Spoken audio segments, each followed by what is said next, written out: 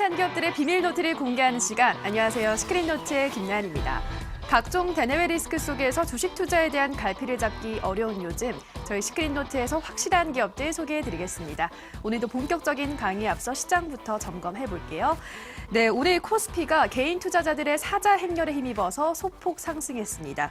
하지만 외국인과 기관은 매도에 나섰고 거래량도 올해 들어 최저치를 경신했다고 하는데요. 시가총액 상위주는 대부분 혼조세를 보인 가운데 업종별로 자세히 들여다보면요. 화학, 의료정밀, 철강금속, 은행 등의 오름세를 나타냈고 의약품, 전기전자, 운송장비 등은 내림세를 보였습니다.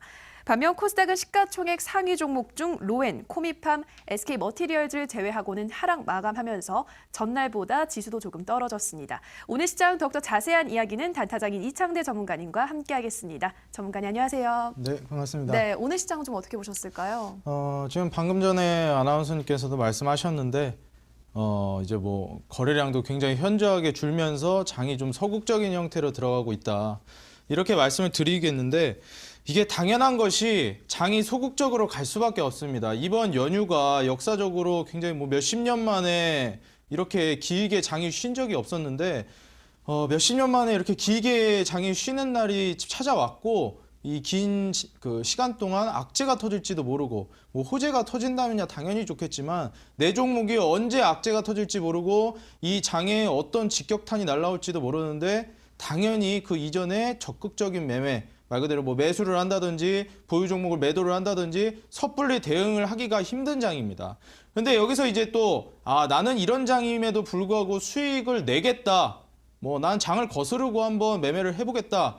이런 식으로 매매를 하시는 분들이 계실 텐데 이런 욕심을 부리다가는 일단 제대로 된 매매를 하실 수가 없고 이제 장이 전체적으로 거래량이 죽을 뿐만 아니라 뭐 보유 종목들이 뭐 주가가 떨어진다거나 뭐 급등을 한다거나 이런 종목들을 섣불리 매매를 하시다가는 큰 코 다치는 장이다. 이런 장에서는 장의 흐름에 맞게 항상 장을 거스르려는 움직임이 아니라 장의 흐름에 맞춰서 매매를 진행을 하셔야 된다는 점 다시 한번 강조드리고 이 매매를 진행하실 때는 이번 장이 끝나고 나서 10월장을 대비하는 움직임 그런 식으로 그 매매를 진행을 하셔야지 내가 현재 보유하고 있는 종목을 이 종목은 10월 이후에도 흐름이 좋지 않겠구나 하면은 정리를 하시고 이 종목은 10월 이후에도 꾸준히 흐름을 이어가거나 아니면은 뭐 상승세를 보여줄 것 같다.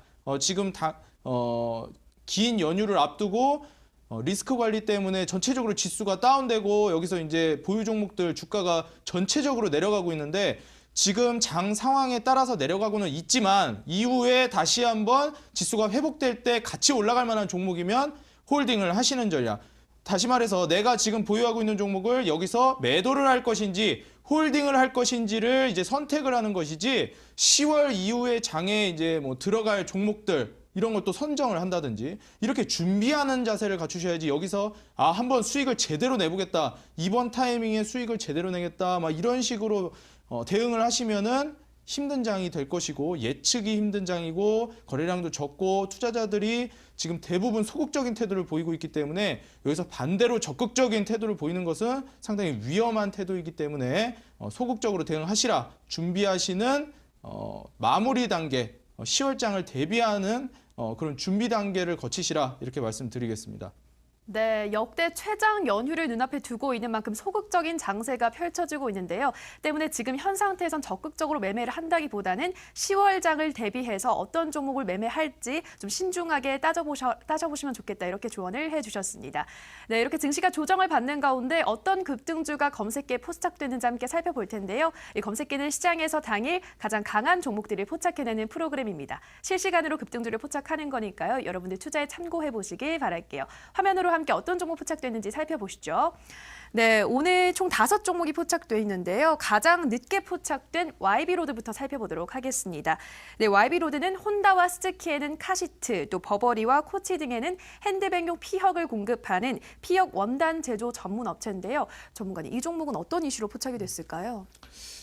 제가 이 종목은 저번 시간에도 한번 말씀을 드렸었는데 YB로드 같은 경우에는 지난주에 제가 이 검색기 2평 돌파에 포착된 종목을 들고 나왔을 때 지난주에도 역시 포착이 됐던 종목 YB로드이고 이 YB로드는 9월 22일 제가 방송에서 포착이 된 종목이라고 소개를 해드리면서 들고 나왔었는데 항상 이 이평돌파 검색식에 포착된 종목들은 이게 뭐 이슈를 통해서 올라갔다거나 아니면은 이 종목이 뭐 왜 올라갔는지에 기본적인 포커싱만 맞추고 어떤 종목이고 왜 올라갔는지 정도만 파악하시고 이 이평돌파에 포착이 된 종목을 어떻게 걸러서 올라갈 만한 종목을 뽑아내는지 요 작업을 제대로 하시라. 중점을 포커싱을 거기에 맞추시라.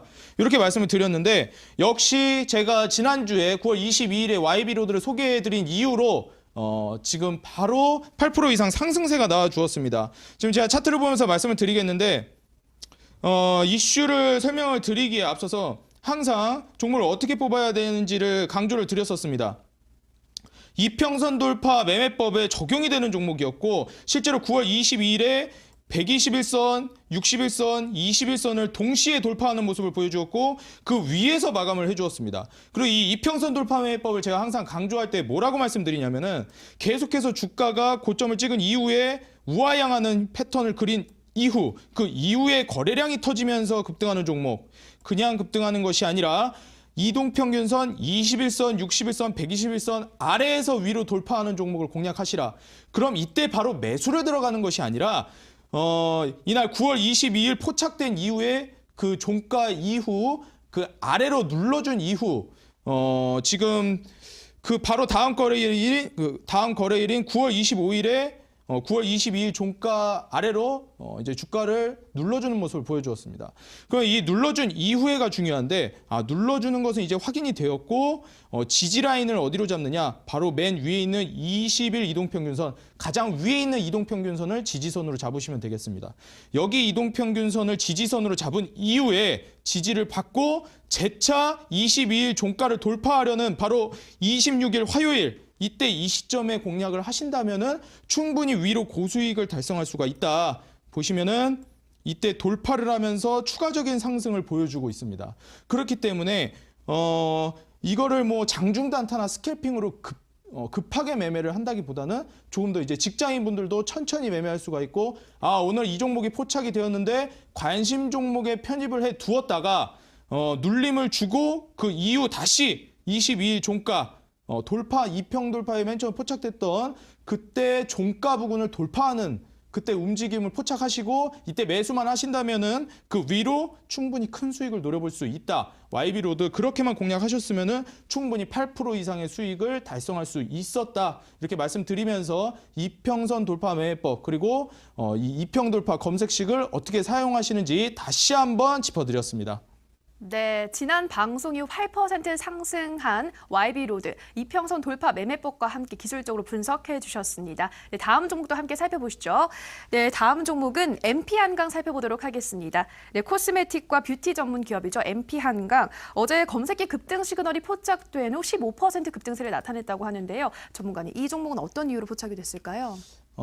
지금 이 종목 같은 경우에는 이제 이평선 돌파 매매법이 아니라 급등 시그널에 해당이 되는 종목이고 실제로 20일, 60일, 120일 이동평균선을 뚫고 그 위에서 종가를 마감한 것이 아니라 윗꼬리를 크게 달고 다시 한번 빠져주는 움직임. 말 그대로 이동평균선 돌파 매매법과 유사한 움직임이긴 하지만 다른 점이 있다면은 거래량이 뭐 1개월에서 2개월 내지 뭐 길게는 3개월, 4개월 이상 거래량이 어느 정도 없다가 거래량이 급격히 튀어주면서 급등 시그널이 무엇이냐? 바로 20일, 60일, 120일 이동평균선을 한 차례 뚫어준 이후에 다시 윗꼬리를 달면서 급락을 해주는 그런 움직임.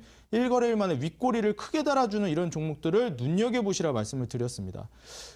이 거래량이 계속해서 급등을 하고 있는 상태의 종목이 아니라 거래량이 어느 정도 바닥을 다져주다가 거래량 뭐 관심이 쏠려있지 않던 종목이 급격히 거래량이 터져주면서 이런 윗꼬리를 크게 달면은 조만간 종가 대비해서 급등을 해줄 수 있는 그런 종목이다 말씀을 드렸고 실제로 어제 이 종목이 이평돌파 매매법에 이평돌파 검색식에 포착이 되었고 확인을 해본 결과 급등 시그널이었기 때문에 공략을 했다면 어제 바로 종가에 공략을 했다면은 충분히 차트를 보시면은 15% 이상 급등이 나와 주었습니다. 바로 1거래일 만에 이렇게 큰 수익률을 노릴 수 있는 종목이고 지금과 같이 이런 불안한 장세 속에서는 뭐 어떤 이슈 때문에 올라간다.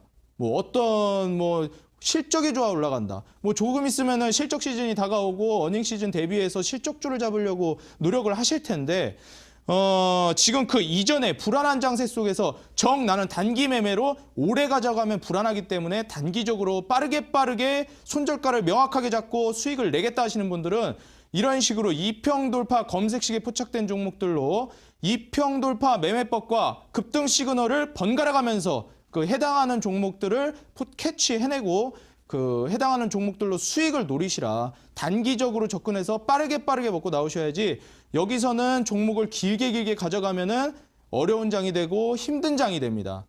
그렇기 때문에 이런 종목들은 바로 검색식에 포착된 종목들 15% 이상 급등이 가능한 이런 종목들로 바로 캐치해서 1거래, 적어도 3거래일을 절대 넘기지 않도록 이번 주 금요일 안에 바로 정리를 하실 수 있는 그런 매매 진행하시라. 이렇게 말씀드리겠습니다. 네, 요즘같이 불안한 장세 속에서 단기 매매를 원하시는 분들은 이렇게 이평선 돌파 매매법 검색식 포착을 좀 참고해 보시면 될 것 같습니다. 네, 마지막 종목으로는 GL팜텍, 제약주 GL팜텍 살펴보도록 하겠습니다. 네, GL팜텍이 신경병성 통증 치료제 임상시험 기관 수를 35곳으로 늘려서 현재 임상시험을 진행 중이다. 이렇게 보도를 했는데요. 이 신경병성 통증의 시장 규모가 세계적으로 5조에서 6조 원에 달하는 만큼 앞으로의 성장세가 좀 궁금해지는데요. 전문가님, 이 종목 어떻게 평가하시나요?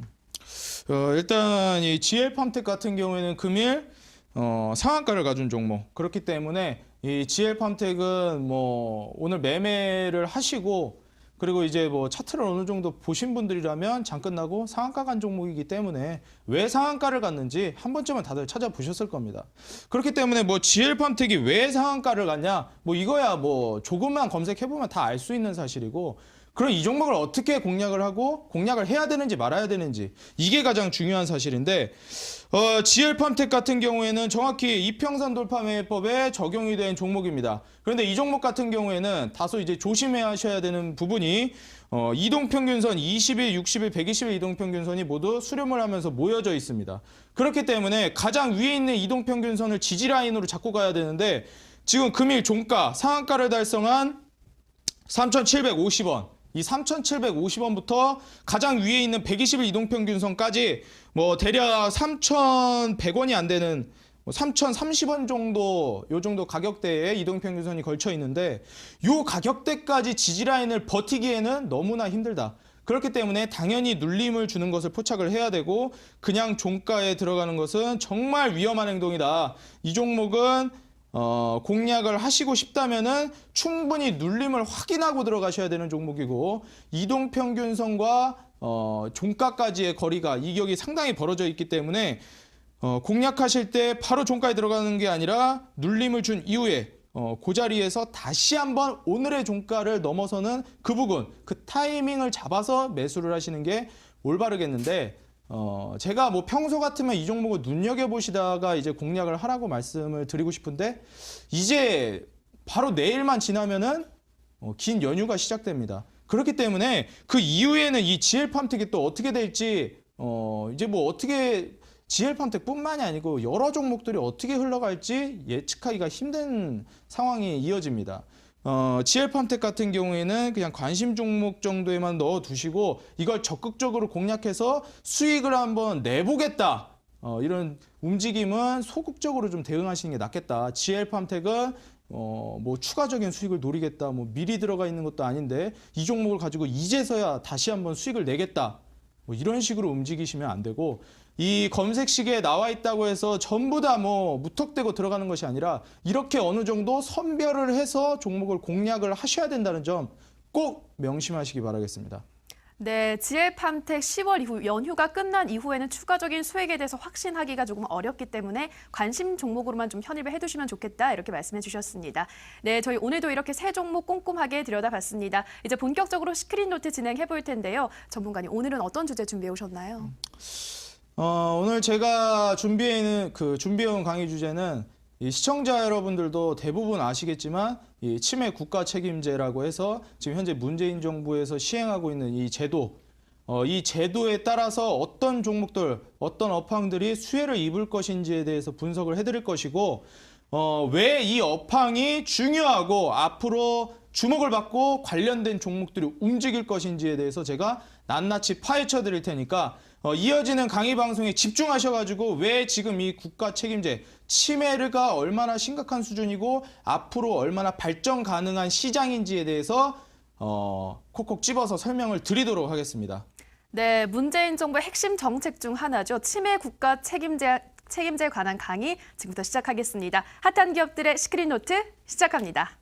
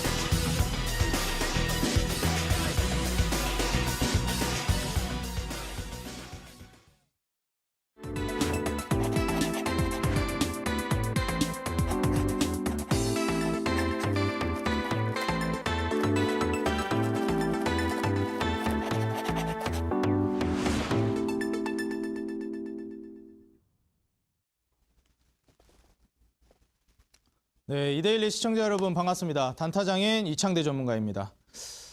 이제 긴 추석 연휴를 앞두고 다들 이제 좀 설레는 마음을 가지고 방송을 시청하고 계실 텐데 이번 추석 연휴 이 한가위만 같아라라고 하는데 풍요로운 한가위 되셨으면 좋겠습니다. 제가 이제 풍요로운 한가위와 같은 이런 풍요로운 이슈를 가지고 왔기 때문에 시청자 여러분 지금 보고 계시는 이 방송 꼭 집중하셔가지고 내가 이 방송을 통해서 뭐 하나라도 얻어가야 하는 방송이 되지 않겠습니까? 그렇기 때문에 오늘 방송을 통해서 이 치매 국가 책임제가 얼마나 중요하고 이 치매라는 것이 얼마나 우리 일상생활에 타격을 입히고 그리고 녹아있는 그런 질병들인지 앞으로 어떻게 요거를 대처를 해나가야 되고 관련 산업을 우리가 어떻게 공략을 해야 하는지에 대해서 설명을 드리도록 하겠습니다. 자, 그럼 지금부터 본격적으로 치매 국가 책임제 그리고 관련 수혜 업종들과 종목들 파헤쳐보는 시간 가져보도록 하겠습니다. 자, 다음 화면 보겠습니다. 일단 먼저 하기에 앞서서 제가 이제 지난주에 비트코인 관련해서 종목들을 좀 말씀을 드렸었는데 이 에이티너 인베스트가 비트코인 관련 종목으로서 소개를 해드린 이후에 바로 이제 급등세를 보여주면서 상승세를 이어가고 있습니다.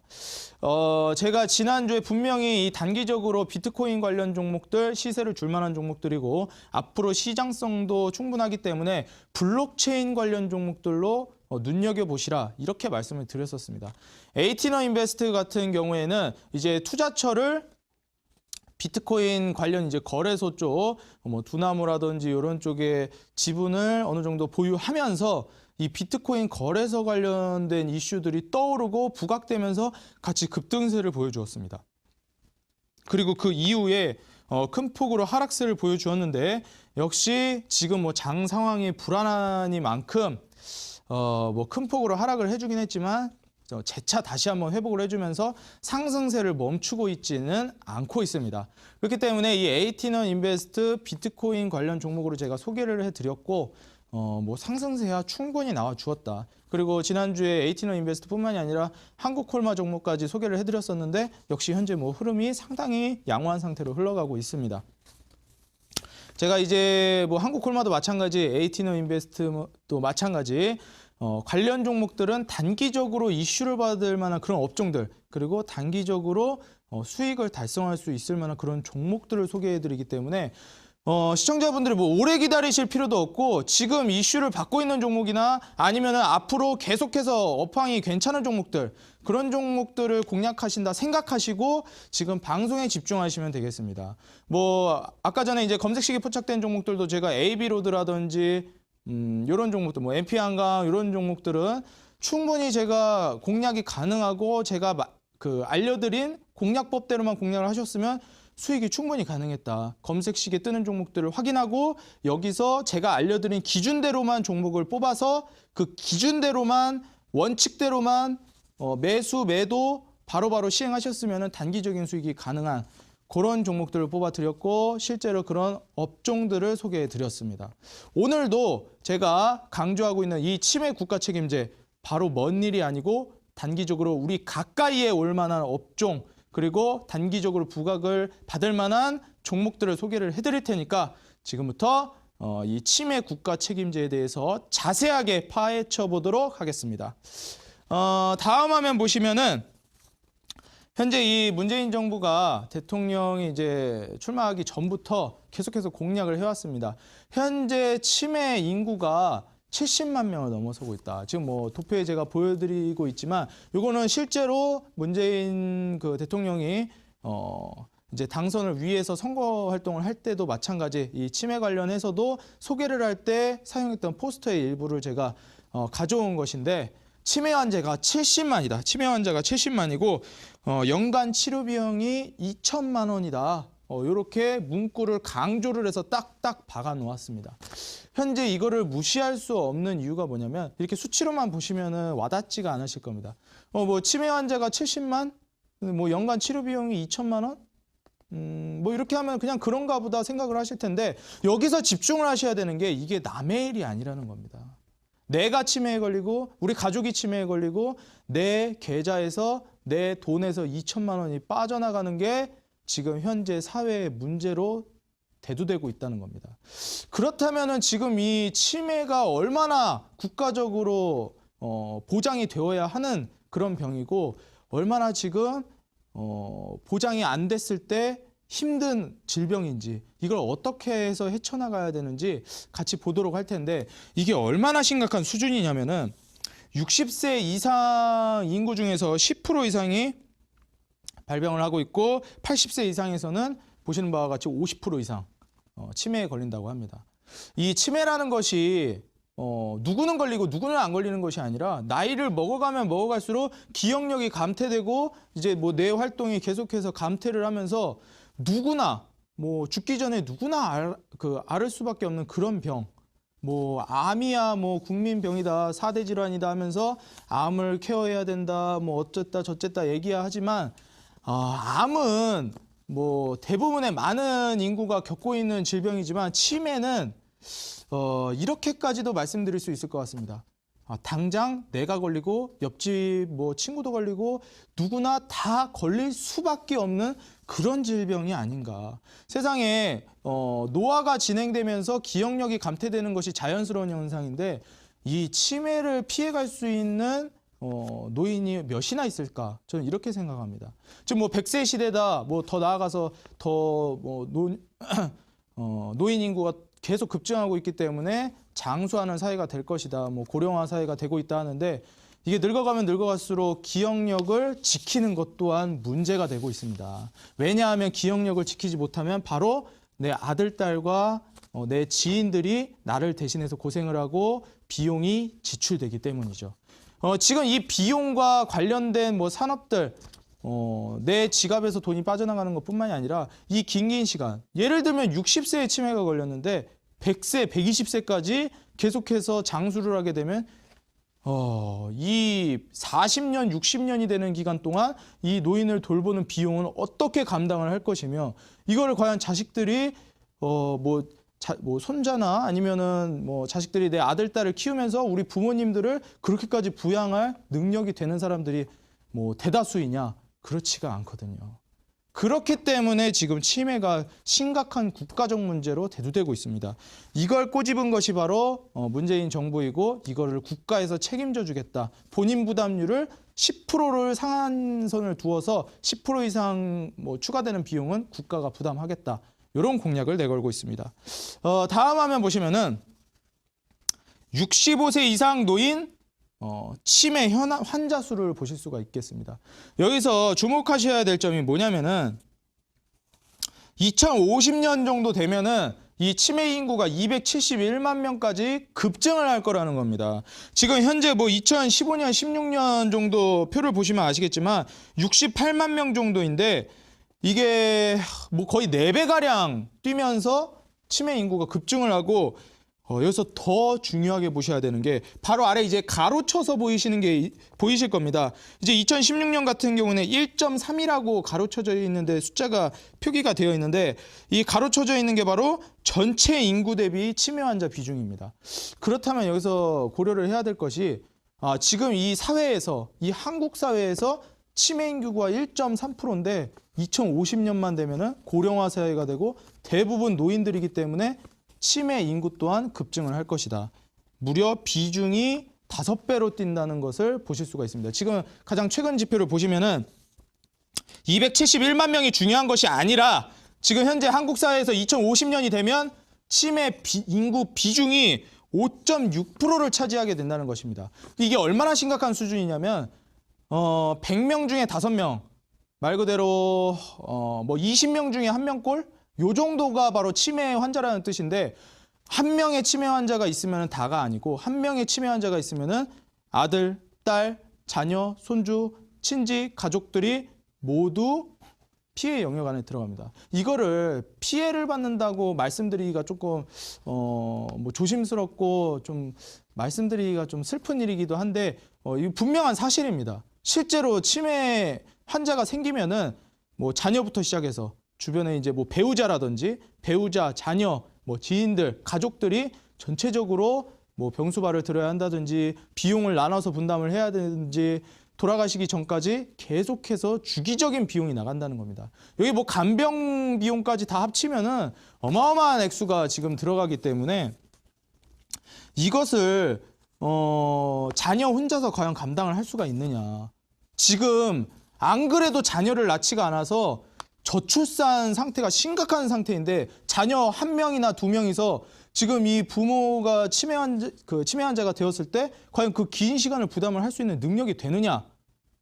뭐 예를 들면은 자녀가 1명 있는 가정도 굉장히 많은데 이 자녀 혼자서 2분의 부모님을 치매가 걸린 이후로 돌아가실 때까지 계속 케어를 해드릴 만한 재력이 되고 그만한 능력이 되느냐. 이게 지금 심각한 문제로 대두되고 있습니다. 그렇기 때문에 현재 문재인 정부에서 같이 법안으로 통과시킨 것이 44세 그 이전 불임을 하고 있는 그런 뭐 신혼부부라든지 그런 가족들이 인공수정이라든지 이런 식으로 비용이 나가는 임신 뭐 시술을 받는다든지 이런 시술 비용에 대해서도 지원을 해주겠다. 뭐 30%, 좀 어느 정도 어려운 가정은 14%만 내면은 나머지는 국가에서 비용을 대주겠다. 이런 식으로 공약을 걸고 있는데 지금 이 법안이 통과되고 있기 때문에 이 고령화라는 것이 단순 고령화뿐만이 아니라 저출산 문제하고도 굉장히 심각하게 그 문제가 연결되어 있습니다. 이런 식으로 현재 치매 환자 수가 늘어나고 있고 치매 환자 비중이 늘어나고 있다. 그러면은 치매 환자뿐만이 아니라 그 가족들까지도 피해 영역 안에 들기 때문에 지금 이것은 어떻게든 케어를 해야 되고 이거는 앞으로 올라갈 만한 업종이다, 발전할 만한 업종이다가 아니라 꼭 필요한 업종이고 꼭 개선돼야 하는 업종이라는 것입니다.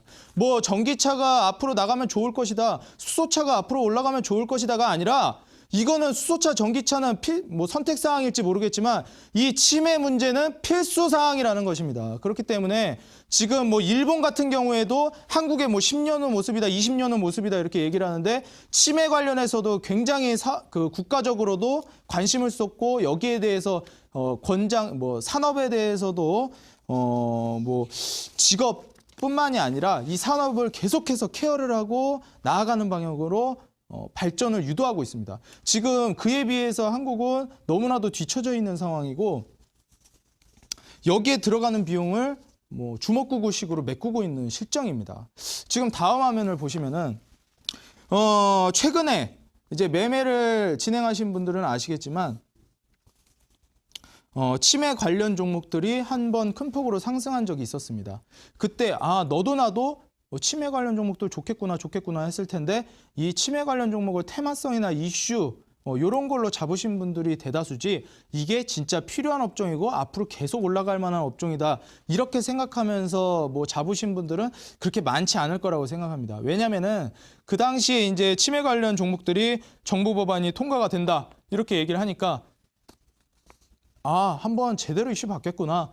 이 업종들이 진짜 올라가겠구나. 이렇게 그냥 생각하고 단기적으로 접근하신 분들, 뭐 테마성으로 잡으신 분들이 많지 진짜 이 업종이 필수적이라는 생각을 하시는 분들이 몇이나 있었을까. 지금 차트를 보시면서 제가 설명을 드리겠는데 치매 환자뿐만이 아니라 271만 명. 저도 굉장히 중요한 수치이긴 한데 여기서 더 중요하게 이제 보셔야 되는 게 바로 치매 중증도 현황인데 이따가 또 보여드릴 겁니다. 2050년에는 치매 환자에게 들어가는 비용이 뭐 106조 원을 넘어갈 것이다. 지금 제가 아까 전에 종목을 설명드리면서 어떤 종목이었죠?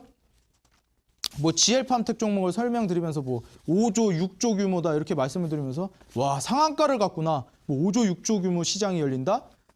네, 지금 2050년에 치매 관련 업종이 몇 조 시장이 열린다고요?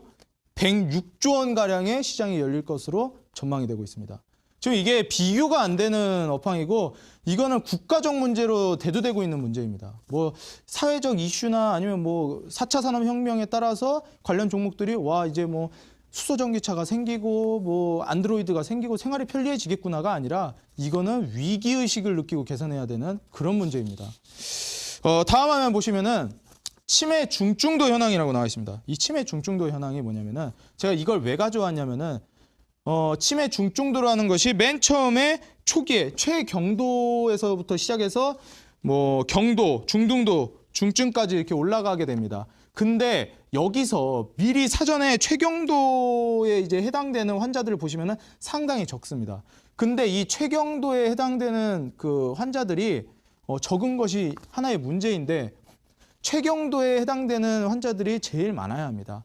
그래야 뭐 병원에 가서 미리 진료를 받았다는 뜻이고 개선될 여지 그리고 치료될 수 있는 여지가 상당히 많이 남아 있는데 이게 이미 중증이라든지 중등도 상태에서 병원을 찾아가기 때문에 이미 치료하기엔 너무 늦어버린 상태. 이런 상태에서는 치료도 힘들고 앞으로 이미 치매가 걸린 상태이기 때문에 비용만 나갈 뿐입니다. 그러면은 미리미리 요거를 어떻게 캐치해가지고 잡아야 되느냐. 요게 바로 문재인 정부에서 내놓은 공약 중 하나인 치매 국가 책임제에서 뭐 5년 동안 치매 환자 전용 치매 장기 요양 시설을 늘리겠다. 그리고 안심센터를 개설을 하겠다 이렇게 말을 했는데 요 안심센터 그리고 뭐 지방에 치매 관련 요 병원이라든지 안심센터들이 많이 생겨나게 되면은 좀 더 치매가 먼 일이 아니라 우리 생활에 스며들어 있는 그런 병이고 빨리빨리 이 병을 캐치를 해가지고 조기에 진압할 수 있는 이런 사회적 시스템을 구축할 수가 있게 된다는 겁니다. 다음 화면 보시면은 치매 관리 비용이 이렇게 늘어나고 있고 제가 이 지표를 보여드리면서 강조하고 싶은 것이 무엇이냐면은 아래쪽에 보이시는 바로 유병률입니다. 유병률. 여기 이제 보라색으로 표시되어 있는 부분이 바로 유병률인데 노인 인구가 되는 것은 당연한 것이죠. 뭐 나이가 먹으면 노인이 되는 것은 당연한 일인데 이게 노인이 됐다고 해서 다 치매가 빨리 오진 않는데 과연 몇 %나 이 치매라는 병에 걸릴 것인가. 나이를 먹으면 65세를 넘어가면 몇 % 확률로 치매에 걸릴 것인가를 조사를 해놓았는데 아무래도 노인 인구가 늘어나고 있고 실제로 뭐 최근 현대인들의 스트레스라든지 뭐 간단하게 생각하지 않는 습관 이런 것들도 영향을 미친다고 하는데 아무래도 뭐 고도화되고 사회적 시스템이 디지털화되고 자동화되다 보니까 사람들이 생각을 하지 않는다고 합니다. 그렇기 때문에 치매 발병률도 높아지고 현대인의 문제로서 더욱더 부각되고 관련 산업에 들어가는 비용이 기하급수적으로 늘어나고 있다는 겁니다. 지금 제가 다음 화면에서 한 가지 소개를 해드릴 건데 전체적으로 이게 정리를 해준 표입니다. 치매 국가 책임제 주요 내용인데 10월부터는 중증 치매 환자 의료비를 본인 부담률 10% 이내로 하겠다. 이게 상한선을 둔 것인데 내가 만약에 치매 관련해 가지고 뭐 100만 원을 내야 된다. 병원에 갔더니 100만 원을 내야 된다더라. 했더니 한 90만 원 정도는 나라에서 대주고 10% 정도만 내가 10만 원만 내면 되는 이런 시스템이 구축된다는 겁니다. 그리고 이거는 제가 예전에 모 프로그램에서 한번 봤던 내용이기도 한데 지금 현 대통령이신 이 문재인 대통령과 패널과의 이제 대화를 주고받는 그런 프로그램이었습니다. 그 프로그램에서 한 패널이 어떤 얘기를 했냐면은 이게 국가에서 비용만 대준다고 다가 아니다. 요양시설이 치매는 이 요양시설이 정말 중요한 문제인데 이 요양시설 문제가 확립이 되지 않고 이 요양시설에 들어가는 비용이 병원비에 몇 곱절로 들어가고 있는데 이게 지원이 안 되면 사실상 뭐 사상 누각이다. 뭐 정책은 말 그대로 본인 부담률은 10%만 내도 된다고 하지만 실제로 요양에 들어가는 비용이 병원비보다 훨씬 많이 들어가고 있는 실정인데 그게 지원이 안 되면 여전히 힘든 거는 크게 개선이 되지 않을 것이다. 서민들의 주머니에서 돈이 빠져나가고 있는 게 크게 개선되지 않을 것이다. 요 점을 콕 집어서 얘기했는데 여기서 문재인 대통령이 크게 이제 고개를 끄덕이면서 맞다. 실제로 치매는 조기에 진압해야 되고 이 안심센터 같은 곳을 지방 수도권뿐만이 아니라 지방에 중점적으로 설치를 하면서 병원을 제대로 가지 못하는 지방에 있는 노인분들 안 그래도 수도권 쪽은 노인분들이 많지가 않습니다. 이 지방에 노인분들이 많은데 실제로 치매 환자가 많은 이 지방에 있는 노인분들이 많은 지방에 설치가 돼야 되는데 대부분 수도권에 설치돼 있고 병원들이 지방에 없는 게 사실입니다. 그렇기 때문에 문재인 정부가 이번에 공약한 것이 지방 위주로 치매 안심센터, 치매 관련된 병원들을 설치를 하겠다. 뭐 치매 안심 장기 요양 시설 같은 경우에는 306곳으로 확대를 하겠다 이렇게 공약을 하고 있는데 요 요양 시설까지도 어느 정도 지원이 들어간다는 점. 뭐 나중에 치매가 걸리게 되면은 뭐 성인용 기저귀라든지 아니면은 성인용 기저귀뿐만 아니라 관련된 요양시설 비용들 이런 것까지 국가가 어느 정도 케어가 들어가는 문재인 케어에 해당이 되는 그런 품목이기 때문에 이 관련된 산업을 공략하시면은 충분히 수익이 가능하겠고 조만간 관련 종목들이 급등세가 나와줄 것이다 이렇게 예측을 하고 있습니다. 이게 지금 법안이 통과된 지가 얼마 안 됐기 때문에 지금 장세가 굉장히 좋지가 않고 이게 법안이 26일에 이게 막 통과가 됐는데 여기서 이 긴 추석 연휴를 앞두고 치매 관련 종목들 한번 급등세를 전체적으로 보여주기에는 좀 불안불안하지 않나. 추석 긴 연휴를 앞두고 너무 시기상조가 아닌가. 한번 텀을 두고 연휴가 끝난 이후에 상승세를 전체적으로 올려주지 않을까. 저는 이렇게 예상을 하고 있기 때문에 지금 미리미리 치매 관련 종목들이 뭐가 있는지 미리 뽑아서 준비해야지 10월 초반에 장을 현명하게 대비하고 단기적인 수익을 챙기면서 10월을 기분 좋게 시작할 수 있다. 이렇게 말씀을 드리겠습니다. 제가 이 치매 관련해 가지고 뭐 한 가지 사례를 드리자면은 예전에 제가 뭐 학생 시절에도 그렇고 젊었을 때 내 머릿속의 지우개라는 영화를 봤었는데 이 치매라는 것이 개인의 문제가 아니라 거기 보시면 이제 손예진이라는 배우가 알츠하이머라는 병에 걸리게 됩니다. 그러면은 거기에 나오는 부모뿐만이 아니라 뭐 배우자 더 나아가서 뭐 자식은 없었지만 가족들이 전체적으로 이제 슬픔에 빠지고 케어를 하고 간호를 해야 되기 때문에 여기에 들어가는 비용적 측면, 정신적 측면, 그리고 나아가서 요양시설에 맡겼을 때 거기에 들어가는 비용까지 이 전체적인 구조가 너무나도 지금 미약하고 사회적으로 발전이 시급한 그런 시스템입니다. 제가 한 가지 사례를 들어드릴 텐데 이게 얼마나 지금 치매 관련 업종이 미약한 상태이고 앞으로 더 나아가야만 하는 위급한 상태인지를 말씀드리자면은 이 OECD 국가들 중에서 장기 요양병원이 있고 요양시설이 있습니다. 이 장기 요양병원은 말 그대로 치매 환자들을 관리를 해주면서 치료를 해주는 곳이고 장기 이 요양시설은 치매 환자들 말 그대로 이제 좀 치료도 힘들고 어느 정도 중증인 환자들을 치료를 하고 돌아가시기 전까지 계속해서 요양시설에서 케어를 해드리고 보살펴드리는 이런 시설인데 어떻게 보면 치매라는 것이 현재로서는 암도 마찬가지지만 치료가 뭐 거의 뭐 불가능한 그런 병이다. 치료가 굉장히 힘든 그런 병이다. 이런 병으로 알려져 있는데 이런 병을 치료하기 위해서는 병원보다도 요양시설이 시급한 상태입니다. 이 OECD 국가들은 대부분 장기 요양병원 병상수가 2.9개 정도, 그리고 요양시설, 말 그대로 케어를 해주고 보살펴주는 시설이 뭐 45침상 정도 병상수가 요 정도 되어 있는데, 이게 실제로 병원 그 병상수보다 이 요양시설 침상수가 15배 이상 많습니다. 근데 이 한국은 거꾸로 된 게 지금 이 병상수가 33.5%, 그리고 뭐 이제 침상 같은 경우가 23.7% 정도 차지하고 있는데, 이 비교를 한 가지 해드리자면은 뉴질랜드 같은 경우에 병상수와 침상수가 전체적으로 합쳤을 때 한국과 비슷한 수준인데도 불구하고 병상수가 160분의 1밖에 안 됩니다. 이 침상수에 비해서.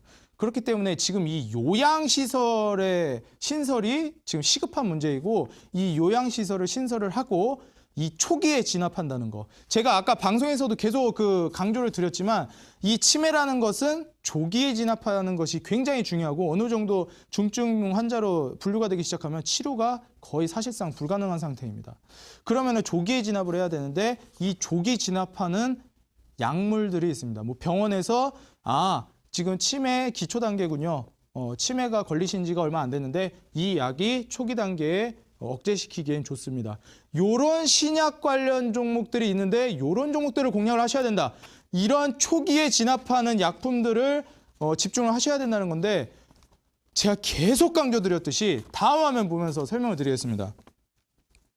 경증 치매를 이제는 중증 치매 정도 이상으로 신경을 국가에서 쓰겠다는 겁니다. 그러면은 여기서 시설이 늘어나면서 미리미리 내가 치매인가?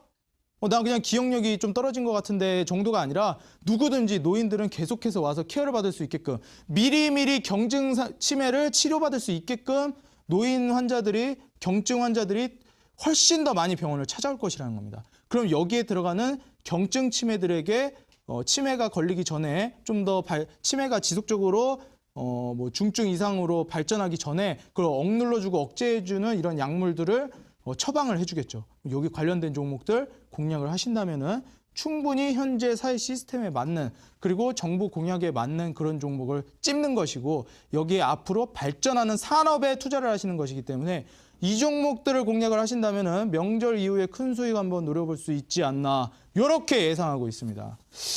다음 화면 보시면은 복지용구 기저귀, 여기 기저귀가 딱 나와 있는데, 그때 치매 관련 종목들 전체적으로 급등을 보여주었을 때 성인용 기저귀 모나리자라는 종목이 급등세를 보여주었습니다. 지금 앞으로도 모나리자라는 종목을 눈여겨보셔야 하는데, 모나리자라는 종목을 그래? 성인용 기저귀 이제 정부 지원도 되고 이런 기저귀들 마음껏 써도 되겠네가 아니라, 이 종목을 어느 자리에서 잡아야 되는지가 더 중요하다는 점, 언제 어디서 잡느냐가 더 중요하니까 요걸 언제 어디서 잡느냐, 제가 이어지는 온라인 강의 방송에서 공개를 할 테니까 모나리자를 어떻게 공략해야 하는지, 앞으로 성인용 기저귀까지도 국가에서 예산안에 포함해서 지원을 해주는 그런 품목 안에 들어가 있다는 점 염두에 두시고, 그렇다면 성인용 기저귀를 판매하는 모나리자라는 기업을 어떻게, 언제, 어디서 잡아야 되는지, 그리고 실제로 경증 상태에 있는 치매 환자들에게 복용하는 약물을 개발하고 있는 업체는 어디인지,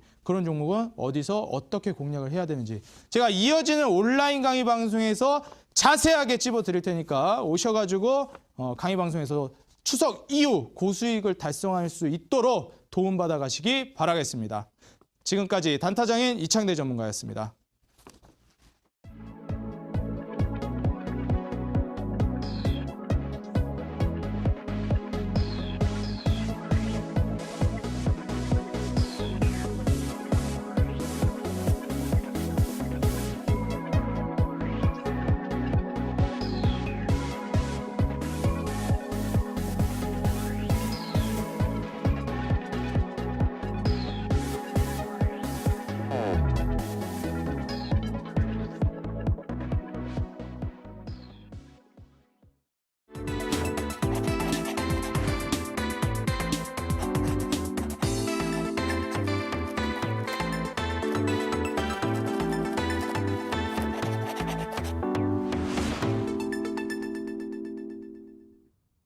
네, 치매 국가 책임제 강의 듣고 오셨습니다. 앞으로 약 30년 후에는 전체 인구 대비 치매 환자 비중이 현재에 비해 5배로 뛴다고 했고, 또 그렇기 때문에 이 치매 관련 업종의 시장 규모가 약 106조 원에 달할 거라고 이렇게 말씀해 주셨는데요.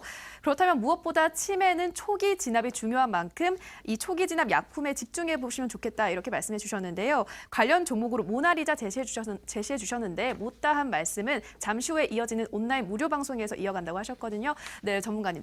무료 방송에서 어떤 얘기 해주실 건지 다시 한번 안내해 주시죠. 네.